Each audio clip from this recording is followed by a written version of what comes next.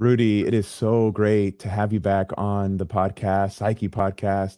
And I am like beyond excited to kind of begin this ongoing series where we're going to be just exploring the thought of Erich Fromm, who I know you've kind of really dug deep into and you did your kind of doctoral dissertation on in part.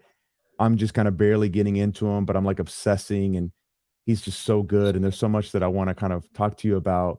But I guess before we begin, we'll just kind of throw out there that one of the texts we've been reading together is his book, Man for Himself, which I got to admit, I hated the title, right? Yeah, For a variety of reasons, but I'm starting to understand exactly what he meant by it. And I'm becoming a little bit more okay with it.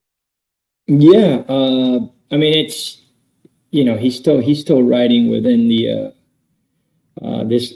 I think it's like he's influenced by forms of existentialism, and obviously you can tell that his humanism is all over the book, and the way he's interpreting humanism is specifically clear to him, right? And there is like an existential element, but he's not necessarily an existentialist, which is kind of interesting.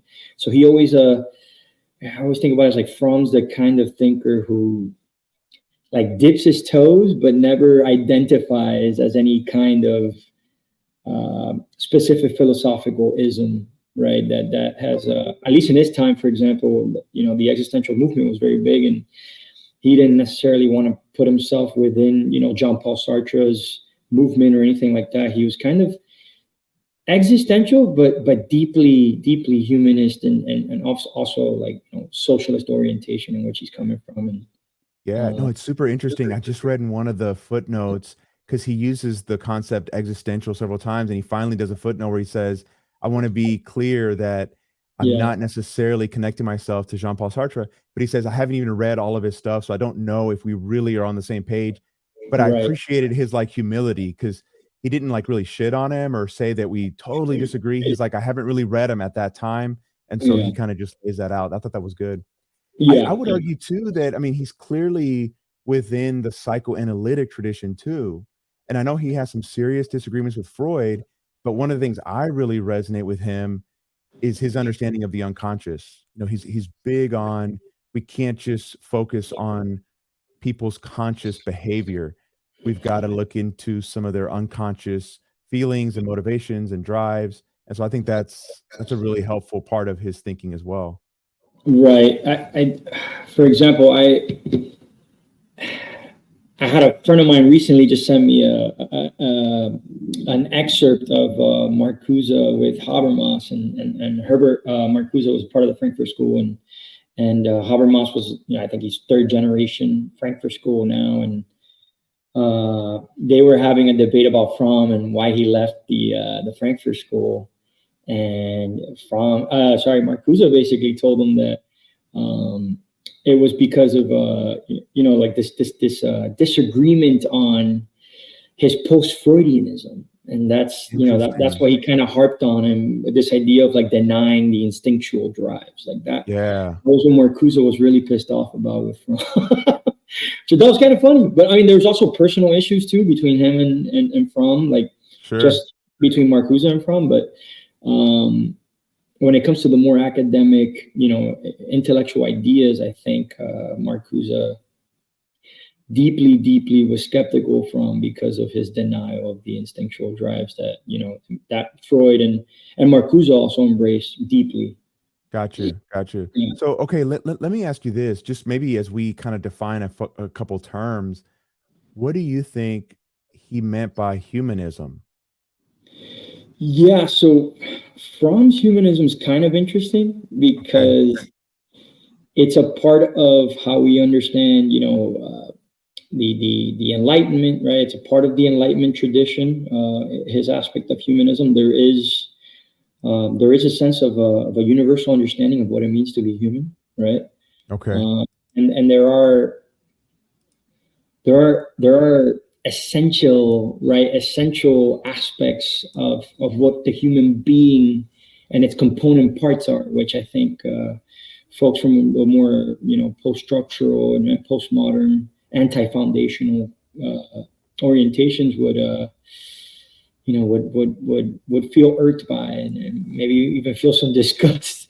But Sure. the reality is that while Fromm comes from the Enlightenment form of the humanist tradition, he's also critical, and what I think is cool about his radical humanism, like that's what he calls it, is that it might have essentialisms, and for example, like someone like Kieran Durkin, who's one of the more prominent Fromm scholars to this day, who I've had conversations with, and I've read his books.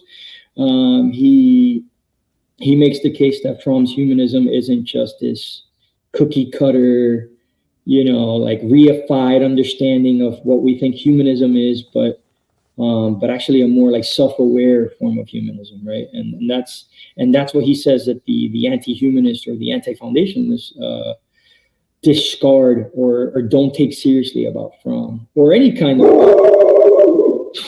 So sorry about Dude, that. that was impressive. That's an impressive bark. Yeah, Zuko just saw a dog, so he's Zuko, stop. Where was I? I lost track of what I was saying. No, no, no. You were talking about maybe one of the ways that he's critiqued is because of his the way he maybe reifies human nature. Or Right. I know for me, like one of the hesitations in coming to want to read from was, I guess, in all of my reading and thinking, I've moved away from like essentialist understandings of things, and maybe would see myself as a typo constructivist at some level. I I actually see what you're saying. Like as I'm actually reading what he's actually getting into and the way that he nuances a lot of things, I don't think he's just like some old school essentialist that's trying to just push some kind of, yeah, like set in stone version of human nature in front of us. I think it's a lot more nuanced and radical, just in the ways that you're describing. So I really do resonate with that more nuanced reading. Yeah. Yeah, his radical humanism talks about, like there's differentiations, right? Like he can talk about exploitation. He talks about the marginalization of various groups and how they're affected by that, and how their psychology gets influenced, right, and also gets conditioned by. So it's not just like, like all human beings have these universal enlightenment. Yes, he talks about reason. Like obviously, reason is an interesting, I would say, universal aspect He does talk a lot about reason, doesn't he? he does, but at the same time, he recognizes that one cannot reason, right, if one also does not have emotional stability. And I do think that he makes this really interesting. Well, he navigates really well this idea of how reason isn't just intellect, but it's also a part of our emotional capability, right? It's Dude, not totally. just intellect, right? In fact, let me read this quote where I think he completely gets into this. It's page Mhm. 47, at least in my edition. He says, "If man were only a disembodied intellect, his aim would be achieved by a comprehensive thought system. But since he is an entity endowed with a body as well as a mind, he has to react to the dichotomy of his existence, not only in thinking, but also in the process of living, in his feelings and actions." And he goes on to kind of unpack that. So I think that's exactly what you were saying. Yeah, yeah, and I think the way he presents uh, the existential anthropology, if we can call it that, of man, or of humanity in this case, is, I think it's really interesting because it's all about contradictions, and there's internal contradictions that exist from the moment we're born, and even before we're born, contradictions are in existence, right? Dude, I And love that's what we that. have to, yeah, that's what we have to grapple with, right? We have to tackle the existential contradictions that exist, not just with our own emotions, but also with our material existence too, right? It's a part of it. Yes. So, okay, Rudy, I think where I want to go just to kind of really like go deep into what you just said in terms of those Yeah, existential like contradictions is, can you maybe explain, because he gets into it in this book and several others that I've looked at. He kind of reinterprets like the creation story from the Torah or from the Old Testament in the kind of yeah, Christian tradition, right? The Adam and Eve kind of myth or saga, however we want to put that. He has a really interesting read of that, connecting it to kind of human evolutionary history as well. Why don't you kind of tell us maybe what he was getting at there? Because I think it's going to help us understand this idea of like those existential contradictions. Well, I would say in this case, you're more of a theologian than I am.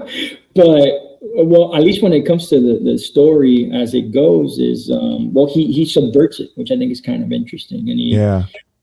what he does is that he explains that the curiosity of Adam and Eve isn't supposed to be something that should be punished, but instead, like, that's the moment that human beings first express their own individual autonomy, right? That's when they Yes. that's when humanity came to express freedom. Real freedom comes with risk, right? And Yes. the biting of the apple isn't necessarily about this battle between good and evil, but there's this, he has a secular spiritual interpretation, that he's basically saying the moment human beings bit from the apple was the moment that human beings became self-aware. Yes. And that's when they were laid bare in front of the overwhelming awareness of their own freedom, which can be scary. Yes. Yeah. Well, and what I'm picking up on, and again, maybe this is not quite fair to you because I literally just read this like this afternoon, but Yeah. he grounds the very heart of this human existential contradiction you were talking about in the kind of creation story or a way of reading human evolution, because he says, in some ways, contra Freud and others like behavioralists or people that are just so stuck on biology, that part of what makes humans unique and different is that we kind of emerged into a state of consciousness, or what he ends up calling freedom, that we're Mm-hmm. not just nature like the other animals. We don't just follow instincts almost blindly. Right. We can think about the future. We can imagine our death. We can have self-awareness. We can reflect on what we're actually doing. And while that's a wonderful thing, it's also a type of curse because it separates us from ourselves. It separates us from Mm-hmm. others. It separates us from just nature. And so I guess his point is you can't really be human without also being in this state of kind of separateness. In other words, freedom is also a type of like alienation or a Separation. type of Yeah. separate. Yeah, it's a type of Mm-hmm. separation. Yeah. And I have so many thoughts, but Dude, I go would say, down the rabbit trail. yeah, this would be a good moment just to reference this is where Fromm kind of like cross contacts with the Zen Buddhists and Mm, Taoist thinkers and folks like Alan Watts, for example, who talk about how like human beings are actually nature just becoming aware of itself, right? I love that. Yeah, and that's the someone like someone else who I really appreciate, who's problematic in their own sense, but I think agrees with Fromm here, who's also a psychoanalyst, is Norman O'Brown. And Okay. in his book Life Against Death, that's the book that he wrote in the 1950s, and in there he actually talks about how human beings, which I would believe Fromm would totally agree with, human beings creating culture is actually a super biological development. That's what he calls it. Mm, And basically, I he's saying love it's like that. we've biologically developed culture, and with our culture, we've moved away from instinctual, I wouldn't say drives, but our instinctual necessity, right? And Yeah. we've turned culture into the new necessity, right? Mm, And in that sense, there's this dialectical play that happens with culture where, yes, we might come into the world being influenced by the environment in which we're in, but we can also change that environment and at the same time simultaneously change ourselves, which mm. is what Fromm is definitely talking about in Man for Himself. Yeah. Oh gosh, that's so good. Yeah. Man, yeah. Now I want to go down a variety of different paths, but Yeah. I guess one of the things that I wanted to explore that kind of connects to all this is, especially as we think about these existential contradictions that humans have to kind of, I mean, regardless of the historical circumstances, that's one of his arguments in the book is to be human.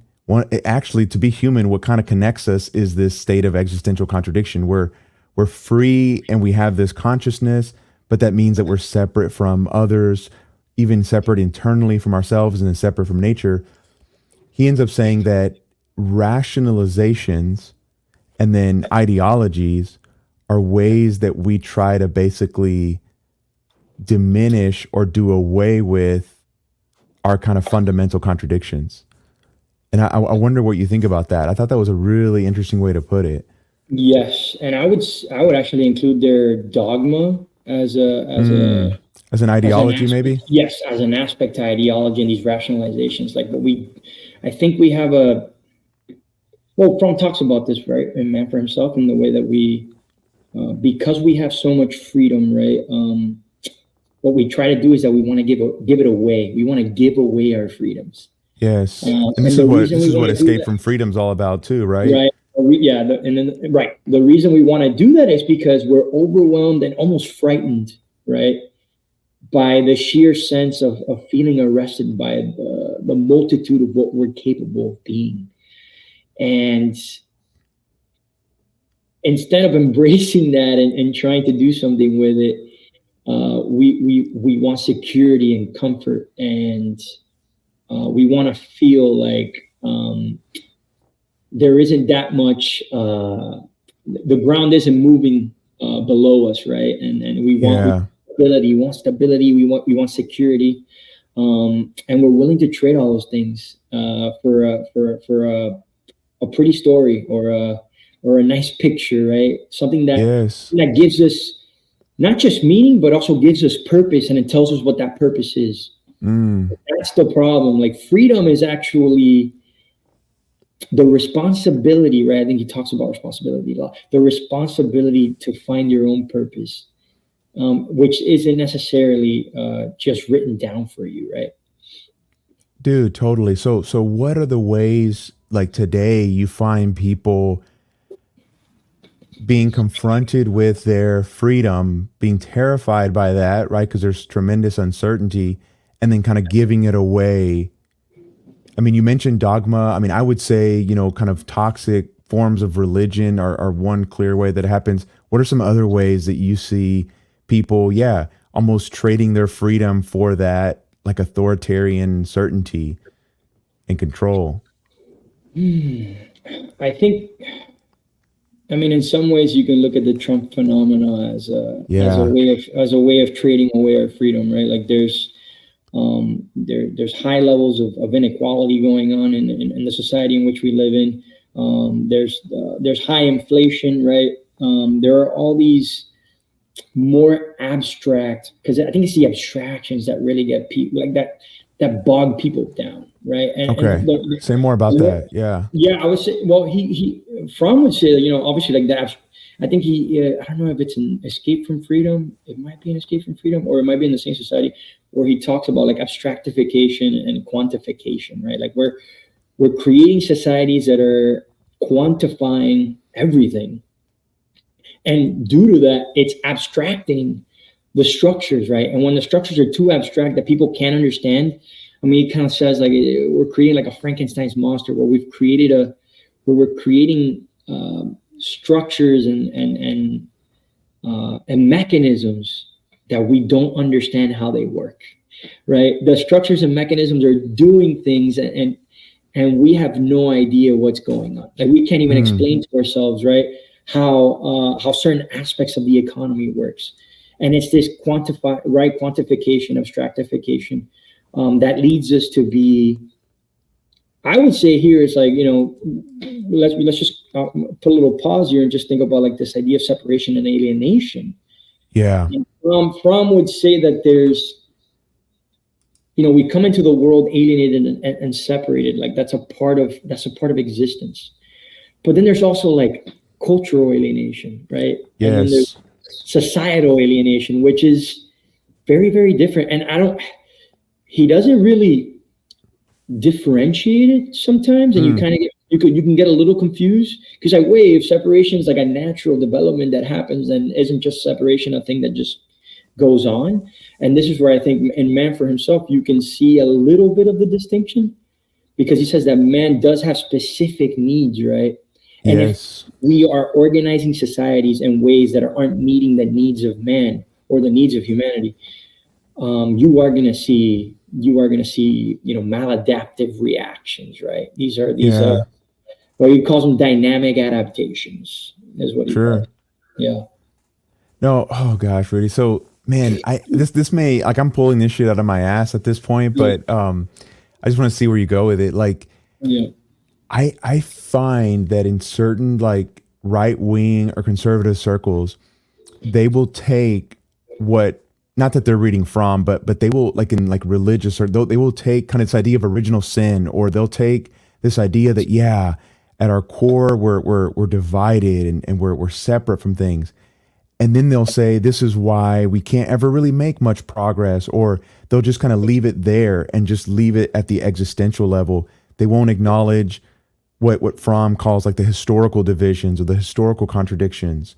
And so they just keep it kind of at this individual level and fail to maybe highlight some of the social things that are going on. Yeah, I think it's because what's the best way to say this? Like, it's the story's too complex. Like, I think that's the Mm, easier way. Like, there are too many shifting parts. There's too much complexity, and people like, I think people gravitate towards easy and relatable, right? Relatable stories that make sense okay. to them from their own individual orientation, right? And when you're telling them stories that just doesn't make sense to them, and you're using a lot of verbiage that, while maybe true, doesn't necessarily resonate with them personally. Right. Um, I do think that that's a problem specifically on the left, where we have a lot of verbiage and language that can go over the head of just regular everyday people. And I think the best way that I've captured folks, and I've talked to them, and they're not necessarily intellectual or any such way, and they're not interested in like these grand ideas, Right. is that when you talk about their lived experience Mm, as something that's a pattern that other people are experiencing, that's when you capture them. That's when they're like, I'm intrigued. What are you saying? So what do you think about that? Like, I'm feeling the same exact way. I know exactly what you're talking about, but they always say this, like, I know the feeling. I've just never been able to put it into words, right? Like, yes. that's when you know you're capturing folks. And you always have to, at least from my perspective, you always have to be able to build bridges from what they know. Like, you have to Yeah. relate to them, right? And I do think that, for example, Fromm has that public language to be able to relate in a way where you're not losing people and you're not putting yourself in camps, because that's the problem. Like, if you put yourself in a camp and you start talking about means of production, you start talking about class, and you lose people. You lose people. Not to say that those things aren't very real; they are very real. But you have to first create a connection and build trust, so that Dude, then you can start educating people, right? it's so fucking true, man. I mean, I think this is a little bit different, but I just want, I should have started with this. Yeah. As someone who's not a specialist, who's not a PhD, I'm not a philosopher. I mean, my training was originally like in theology, and then like church related stuff, and then, basically psychotherapy. I've got to say that Fromm is just so fucking readable, and he's such a good writer. I Yeah, mean, he damn, is. I try to read Lacan or Hegel, some of these great thinkers, and I can barely understand what they're saying. Even Jung and Freud, who are easier, are still so hard to navigate. I think one of the things that appeals to me so much about him is he's a really, really good writer, and he's super clear. So if anyone's listening and wants to get into him, I want to encourage you to do so, because I think you'll actually understand it. Yeah, they will. And what I've always said about Fromm is that it feels like he's having a conversation with you, Yeah, I love when you and first said that. he's right, and he's not above you. Like, he's talking directly to you. I Like, don't feel he's preaching at me. he's not. Yeah. Which, okay, so one of the things that you said a moment ago was lived experience. And I just want to kind of maybe untangle that a little bit. And let me just throw out two things and just see wherever you go with it. So I'm also kind of reading this book, Life Itself is an Art, by, I'm not sure how to say his name, but Rainer Funk, who I think was Yeah, one of right his now. students. One of his students knew him. He's edited a lot of his books. I think he still runs something called the Erich Fromm Society or something, and maybe in He Germany. does. I'm not sure. Okay. He does. Yeah. And he starts out kind of the intro to the book. I think it's entitled like Direct Experience or Direct Encounter. And he says, you know, whatever you think of Fromm, whatever you think about his ideas, my like lived experience, to use your word, of him was that he provided this direct encounter of like love and authenticity and presence and listening. And that's what ultimately like drew him to Fromm's thinking, because he actually came to interview him to kind of disagree with him about some of his ideas, but he was kind of converted over to his way of being just from that direct encounter. So that's one Yeah. thing I'll throw out. The other thing I'll say is, in the type of therapy that I do, I'm always telling people I really care less about diagnoses. I don't really give a fuck about what any other psychiatrist or therapist has said about what your struggle is. I really care, as much as I'm able to really understand this, your lived experience. That's what we're going to focus on. Where do you take it from there? Like this idea of direct encounter, lived experience, like how do you understand all of that stuff? Because to me, that's so important. Yeah. And we had this conversation last week, but I'll say it here in the podcast. I always think about it, it's like, we always look at, we have a fascination and also almost slight obsession with observable things, like things we can Mm, only observe so that we can quantify and then we can measure. If we can't do that, then it almost feels like it's in the realm of subjectivity. And a lot of scholars, when it comes to subjectivity, they kind of scoff at it, and it's like, well, it's really hard to to do data on. And if we can't have data and we can't measure it and we can't have really nice graphs so that we can see what's going on, then it's a lot harder to really be credible. And I think someone like Fromm can show you that we can have profound language to talk about subjective experience, and there is a language to experience. And what we need to do is instead embrace complexity instead of mm, trying to simplify. I think our automatic response is to simplify, simplify, simplify. Um, and I would say we can walk and chew gum, right? So we can do both. Like I think we can talk about things so that we can understand them, but at the same time, never forget that the observable things that we're trying to explain are only just effects of subjective mm, experience, right? And what we need to look at is the actual experience, or discuss the actual experiences of human beings, right? And have a language that we can use as a tool to be able to talk about experience. And Fromm is giving us, like, Fromm provides that framework to yes. be able to talk about experience, and not just talk about it, but also change experience, right? Mm. You know, one of the things that's coming up for me that again I just kind of read earlier this week. It this would be, and again I haven't finished Man for Himself, so maybe he will nuance this, but again I think I said I started out reading it saying, I'm not an essentialist. Like this guy, not only does he keep on using the word man, you know, for like humanity, but he seems Yeah. to believe that there's this kind of, not fix, but he definitely thinks that we have kind of a human nature, and I ideologically maybe tend to be against that. But one thing he said that's kind of maybe getting me to rethink some things is, he said, if we do have these fundamental needs that you keep on talking about, if we do have kind of a type of human nature that we share with everyone, then maybe part of what that means is, when we're in a situation, we're in a society, we're in a context that's really fucking horrible and is really unhealthy, and it's like destroying our humanity, there's maybe a chance, and maybe this is a statement of faith for him, there's a chance that we're not going to be able to tolerate it forever. Right. So let, That's let, let me Go let me ahead. just yeah let me just see if we can make more sense of what you're talking about. Sure. Especially with the essentialism part.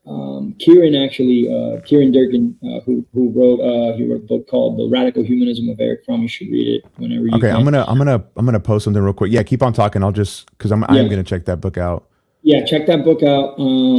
There's a chapter in there on anti-humanism, and he actually talks about how Fromm's understanding of essentialism is actually not a hardline essentialism, but it's a basic essentialism. He's basically Okay. right.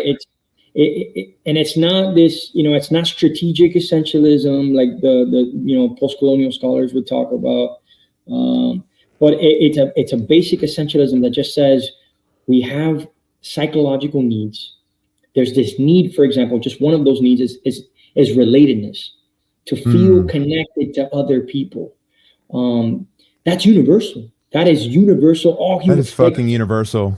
that is universal, man. Like any anti-essentialist can come and talk to me and tell me if human beings do not relate, if they do not come into contact with other human beings, there's a literal reaction that happens, a psychological reaction, which you can see it in prisons when they put people in isolated confinement, right? They Dude, totally. they become psychologically distraught, and they start to have like traumatic effects, right? Which affects their personality. So that is universal. Dude, Relatedness is a kind of universality for sure. totally. And I've actually mentioned this concept actually in another episode this week, but I think I've told you like the core psychotherapeutic theory that I kind of work out of is something called relational cultural theory. And I've actually been Mhm. really excited to find out that they actually would see Fromm as one of their like intellectual heroes, which was really cool to discover. That is Um, really cool. one of the concepts that they use to describe the greatest pain that any human, in a therapy office is going to kind of talk about is what they call condemned isolation, which is the other side of what you're saying, that we have this universal need to relate, i.e., when we're not in a state of relatedness, we're going to feel this type of isolation or loneliness or separation, and that is existentially awful, right? It's Yes, it's something that I yes. think anybody would struggle with. And it's crazy too how like most effects, like the what is it, the aggregate patterns, all follow the same effects, Mm, right? You have, for example, toxic self-talk. You second guess yourself. You have less confidence. You start to have emotional distress. Like sure. if that wasn't yeah, like I'm really trying to like rationalize it from an anti-foundational perspective. And like, how do you explain that? Like, how does one see these patterns, right? These what do you call them? Like comprehensive patterns, a compendium of patterns that Sure. most human beings tend to fall into, and say that is not a universal effect, right? Like it's not even about making it universal, because obviously like universal tendencies aren't, there's always going to be exceptions, that always is going to exist. Yeah. Um, but to say that there isn't some kind of, like I was saying earlier, what Kieran talks about, like a basic essentialism that exists in all human beings, that we share something in common in all cultures. Just think about that. Culture itself is a universal development. Yes. No, totally. And Fromm is very clear, man, for himself that, even in light of these universal things, these universal traits, this type of, like you said, basic essentialism, that doesn't mean that it's not going to manifest itself in a variety, maybe a multiplicity of ways, right? Throughout Right. history and different cultures. Right. Right. Because what Fromm does is that he doesn't try to flatten the differences. He doesn't try to change the varieties and things. He's just saying there's a dialectical relationship between Mm, universality and difference, right?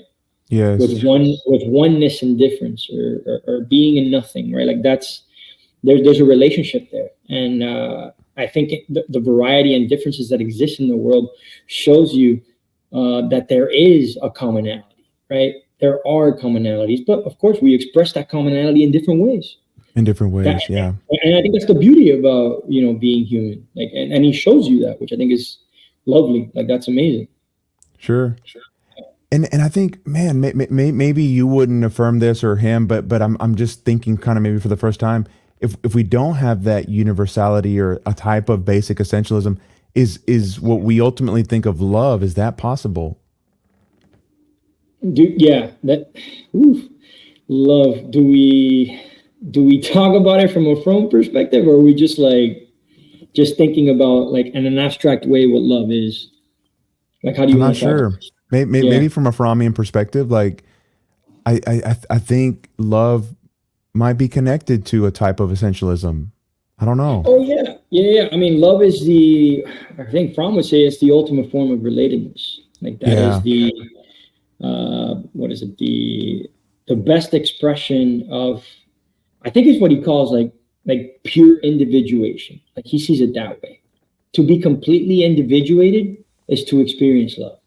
Because for a person to actually be in love, and it's for him, it's not a passive thing, it's an active thing. It right. takes effort, it takes sacrifice, it takes responsibility, right? It takes accountability, and it takes knowledge, right? Like you need to know the other as much as you know yourself.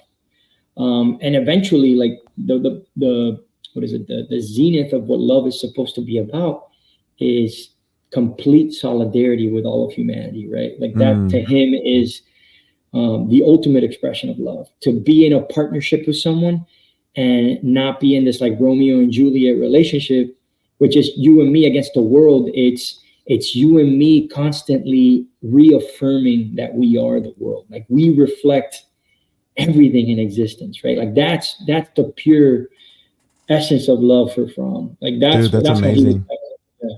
I think he would say, because Fromm is big on negative versus positive freedom. Negative freedom is, freedom from like maybe these external constraints or authoritarian structures. But freedom to, or positive freedom, is the ability to actually. I'm gonna put it this way. I'm not sure if this is the best way, but to kind of like own your individual freedom and to kind of utilize it in a loving way. Yes, yes, because freedom and love are the way they're expressed is the only difference, but the essence of what they are the same, right? Yeah. And that has to come with like that idea of individuation, like one recognizing one's separation, and yet instead of trying to deny it, embracing it, and then coming together with another separated individual and looking to transform each other to create new unities. Like that's Yeah. the right. That's the point for Fromm. It's to not to go back to what when psychoanalysis they call the proverbial womb, which is to go Mm, back to everything when we were completely connected to everything in existence, and obviously we can have debates about whether the womb is actually like this perfect environment where no conflict is actually going on, but at least just for the right. sake of the story is that the womb is where human beings are not separated, and they're connected to everything in existence, right? To the fountain of what it means to exist. And Fromm is basically saying, well, this nostalgia of wanting to go back, that's a kind of maladaptive Mm, experience that we have to basically overcome. because it's a Um, giving up of our freedom, right? it's a giving up of our freedom, right? It's trying to go back to something you cannot go back to anymore. And the Sure. only way to overcome that fear is to create new transformative unities, right? Like that's Mm, it's to recreate the feeling, but to experience it in different ways. Right? See, yeah. there's that dialectic again between differences and unities, differences and universals. Sure. Oh, that's good. Okay, so Rudy, maybe one more kind of thread that I want us to follow before we kind of sign off. You and I were talking about this, when we hung out last week. I just read it this morning in Man for Himself. He talks about the difference between rational and irrational authority. I think you may have a little bit different language, but can you go there? Because you have some wonderful thoughts on Yeah, what you mean by authority, like healthy versions, unhealthy versions. Maybe there's a better way to put it, but kind of do yeah. your thing around that because that was so good. Yeah, I like that. I like that language a lot better. Like healthy forms of authority, and then you have toxic forms of authority. Um, a healthy form of authority is always an authority that will have an end, right? Like Mm, you can only have, and it's not even power over, because that form of authority, that's a maladaptation, right? Like that's what Fromm would say. Um, a healthy form of authority is one where you see that same capacity in yourself in the student, for example. Um, Anyone can achieve the kind of, right, like you being an author of something, you having the gatekeeping abilities. That doesn't mean that you're actually gatekeeping. Like in that, in there's a dialectical relationship in authority there that says, I am an author because the student is giving me that ability, right? The student is giving me that power. I yes. myself do not have that power. That power is borrowed. That's a borrowed Mm, power. And I have the responsibility to bring the student along, for example, and eventually know that they're going to grow up, they're going to achieve a certain kind of knowledge that I have, and then they're going to master it and they're going to go beyond me. And that's something beautiful. That's that's healthy authority. Healthy authority is yeah. knowing that you're going to have a student who's going to surpass you, right? And or they're going to be as good as you, right? Like that's the whole point. And then eventually the relationship ends, like that authority ends, and then it turns into something else, right? Yeah, It that's turns into so a friendship good. against you, right? It can do anything. And then you have these the toxic forms of authority, which tend to be more punitive, and they tend to be more domineering. And domineering forms of that kind of relationship is It's like one power that over. to power over. So you never want.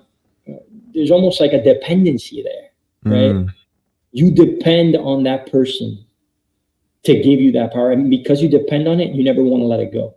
So there's an aspect of healthy forms of authority already embraces that one day this relationship will end. One oh, day that's so you have good. to let go. And I feel like, it relates back to like parents, for example. You're a parent, so you probably know about this. Eventually, one day your children will not need you in the same way that they need you today, and No, that's that's right. right. And I Yeah, mean, and at some level, the goal is that we actually begin to relate to each other as peers, you know? right, right. So what do you, I know it's not exactly the same, but kind of one of the things that's coming up for me as I'm thinking about this through this kind of relational cultural theory lens is one of the big concepts when it comes to the therapist and the client. I would argue in any relationship really is this idea of mutual empowerment, Yes. because it's kind of naive to suggest that we're in these relationships with no power. It's I think it's the case that there's always some type of power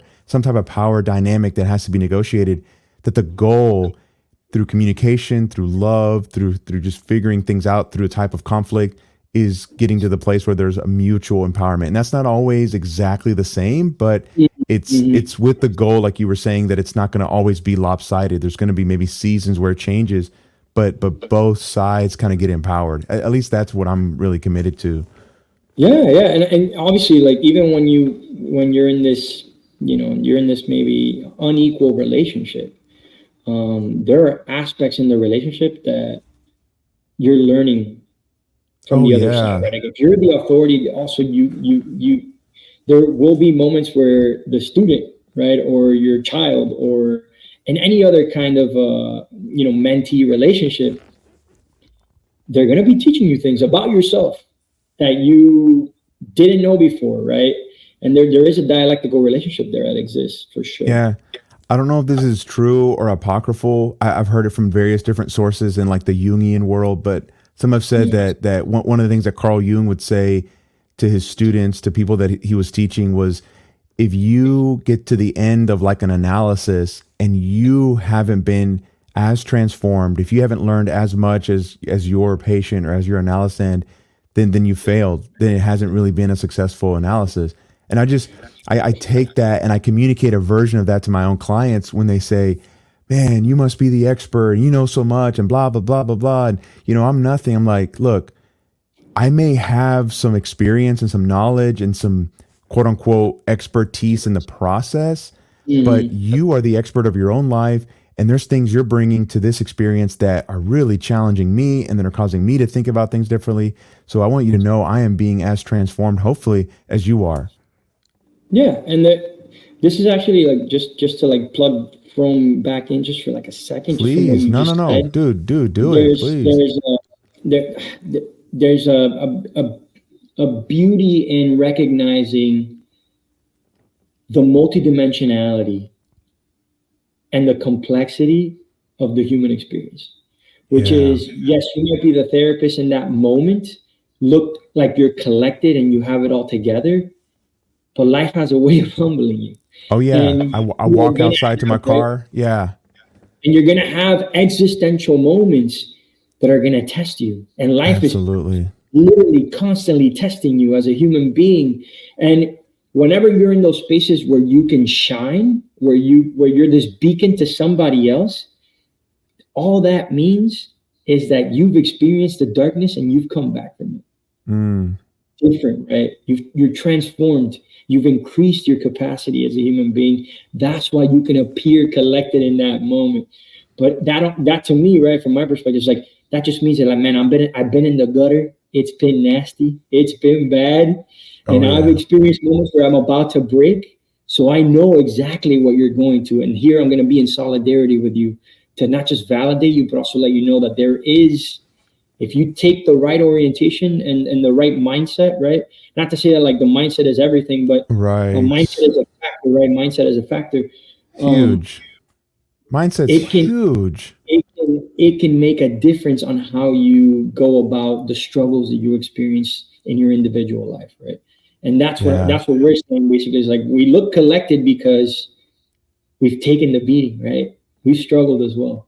Oh, yeah. No, absolutely. Do you think there's something too also, again, this is a little bit of a Jungian thing, but I think Fromm would kind of be behind this. The idea that at some level, maybe with like psychotherapists, and I don't know if this would apply to a university professor, but there's a type of archetype around the wounded healer where, again, any success or any power that you have to help someone through these difficult things doesn't come from having it all figured out. It actually comes from your own history of, like you said, being able to navigate the darkness and then coming out the other side and using that lived experience, I would argue, to help someone through that process. And yeah, I honestly, it's having the, and this is hard to actually practice. It's like having the humility to know that when you're in a moment of power, someone giving you power, Yeah, not to let that power get into your head, because at one point in life you were exactly that person who's looking at you now with all that dude, you look like you have all the answers. that's so You will fucking be that true. person in moments of your life for a lot of people. And Oh, yeah. instead of trying to like the ego will be rough, but instead of trying to bask in that, you have to humble yourself and remind yourself like, I'm gonna be here eventually soon. So I need to be self-aware and respect what this person is going through, just like I would want someone else to respect what I'm going through as well. Right. Yeah, dude, that's great. And I think maybe the perfect place to end, but this is not the end of our conversations on Eric Fromm. There's just so much, and God, he wrote so fucking much, too. Like that's Yeah, one of the man, things I'm excited. we didn't We even didn't get even get into we didn't even scratch the surface, yeah, we didn't get into what is it, the Fromm's idea of human nature, for example, which is, which it's we especially got to get. it's in man for himself too. It's can't wait to talk about that. I think I'm basically at the chapter where he's going to get deep into that. So I don't think that I Mhm. would have had much to contribute, but maybe that's the next conversation. And I also want to get into his thoughts on religion because I think I mentioned on social media that's one of the things that, even though I kind of consider myself an atheist or a non-theist, as he would put it, I do see myself as kind of religious in the way that he describes, which is having this guiding orientation toward life and then a type of devotion toward, you know, vitality and zest and all these good Mhm. things. And so unlike Freud, who really shat on religion and I think was very reductionistic, saw it as a neurosis, he saw it as an infantilized approach to life. I think Fromm is really critical of like authoritarian religion and dogmatic religion, but he sees a place for a type of orientation that's very human, right? And he wants to argue that there's a place for idealism. We can't help but have these ideals that we live toward. I'm sure some of those can be really toxic, but at some level, maybe that's a universal aspect of who we are too. Yeah, I mean, see that's where I think Fromm is much more comprehensive Yes. because he creates space there to talk about what is it the things that we are and also the things that we lack. Mm, But not that we actually lack them. It's just that they're aspects of who we are that we need to also embrace. If we're gonna embrace our virtues, we also have to embrace our vices, right? our And vices. that's Yeah. and I would say like we could stop there, and I would say that that's the Sure. preview to how he understands the human condition and how he Okay. understands human nature. Yeah. Beautiful. Okay, man. Well, hey, I know we're going to see each other this weekend. I'm looking forward to Yeah. that. And yeah, we'll figure out a next time to continue to talk about From. All right, my man. Have a good one. You too.